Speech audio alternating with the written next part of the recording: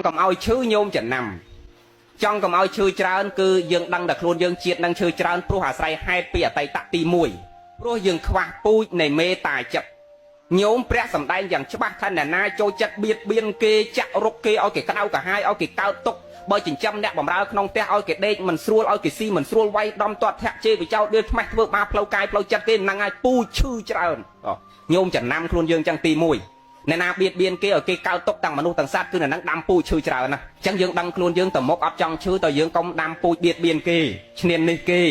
ហ្នឹងឲ្យគេកើតនៅសេចក្តីទុកអាហ្នឹងឈ្មោះតែយើងដាំពូជអត់សូវឈឺច្រើនហើយមួយទៀតព្រះអង្គសម្ដែងថាគេលៀននៅភេសជ្ជៈបច្ច័យគឺសំដៅដល់ឃើញគេឈឺយើងចាញ់លុយឲ្យថ្នាំពេទ្យគេអាណិតគេ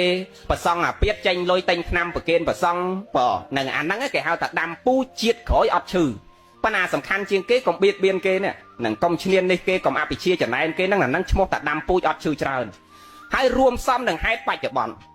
អតីតមិញលោកនិយាយពីអតីតអ្នកណាឈឺច្រើនព្រោះហេតុអស់ហ្នឹងខ្វះអាហ្នឹងដល់បច្ចុប្បន្ន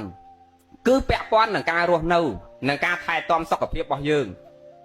ញោមម្នាក់សួរចង់ឈឺអត់ទេចង់តែកុំឲ្យឈឺចង់បានសេចក្តីសុខប៉ិនមកធ្លាប់ឧទាហរណ៍លេងថាបើពេទ្យគេឲ្យផឹកទឹកម្នាក់ផឹកឲ្យបាន3លីត្រខែក្តៅអត់មានអាណាផឹកបាន3លីត្រប៉ិនដល់ជុំគ្នា3នាក់វាផឹកអស់2កេះហើយចេះចង់កុំឲ្យឈឺអាម៉េចបានហើយចង់កុំឲ្យឈឺម៉េចយកម៉ែទៅសុំពរពីណាកុំឲ្យឈឺបើយើងអត់យល់ពីរបៀបរស់នៅ